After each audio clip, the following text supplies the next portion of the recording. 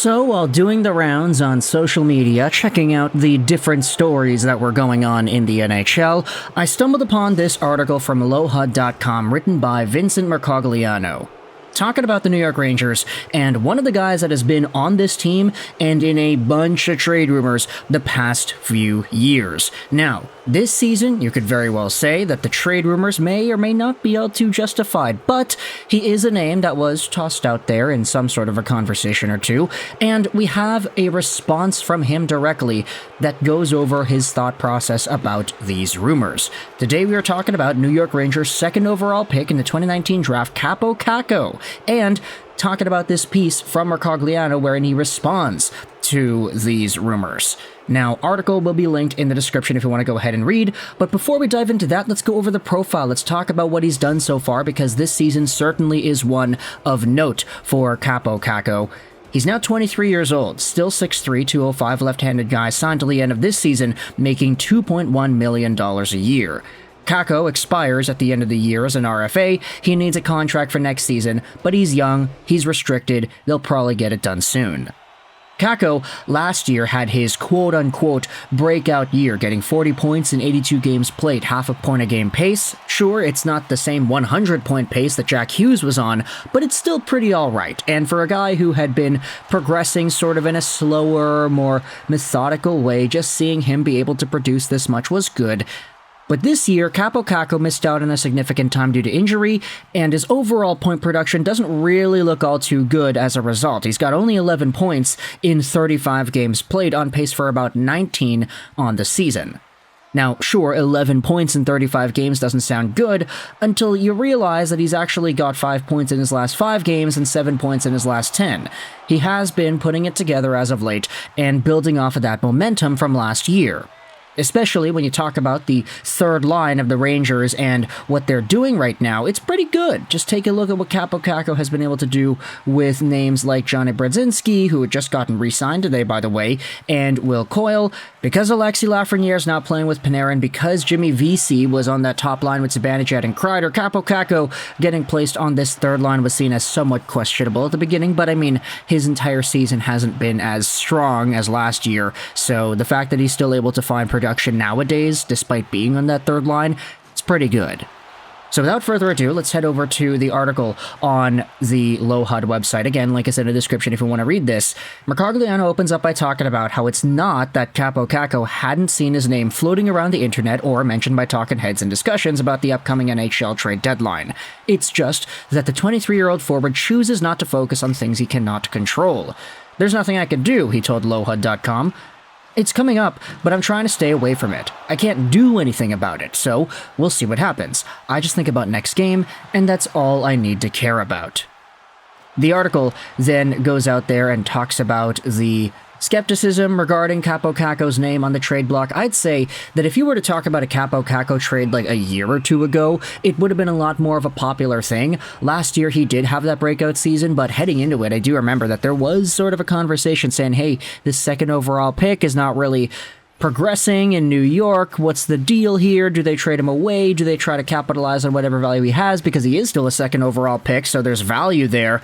So is it just a matter of time before New York goes out there and pulls the trigger? Alexis Lafreniere, you could ask the same thing, but of course he's taken a year after, so there's a little bit more leeway with him. But when it comes to the article here, it does say that, as one league source pointed out, there's a big difference between listening to and shopping. It's plausible that opposing GMs have called to see if they can buy low on a talented young player in the midst of an underwhelming statistical season, and if the right deal came along, there are few players that Rangers president Chris Drury would mark as off-limits.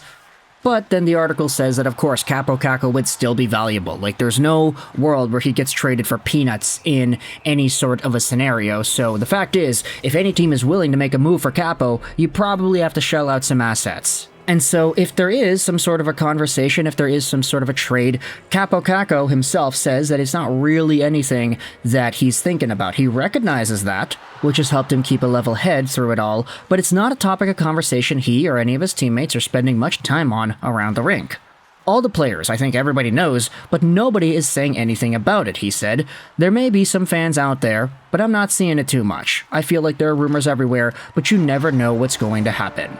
And before we end off this video, I wanted to take a look at some of the Rangers fans' responses to this entire thing, because this article was posted onto the Our Rangers sub, and there were some interesting perspectives from fans of the Blue Shirts that I thought needed to be added to this conversation here. The first comment here says that the only rumor was a piece written by a Flames writer in order to raise the price on Lindholm.